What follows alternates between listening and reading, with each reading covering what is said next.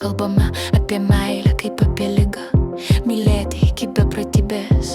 Kas čia per koncepcija, gražu knygose, švelnos išnabždėsios jų, bet mylėti iki beprotybės veikia tik ant popieriaus.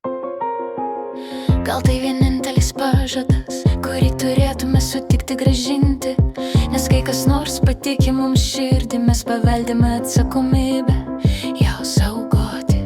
Tylus paktas, kurį pasirašome pirmu, aš tave myliu akimis ir rankomis, veiksmais. Mylėti iš tiesų, tai nemylėti kaip pamišėlės. Nors skamba geriau pasakius, kad galėtume vienas dėl kito numirti, mirti iš meilės, palikčiau tai poezijai.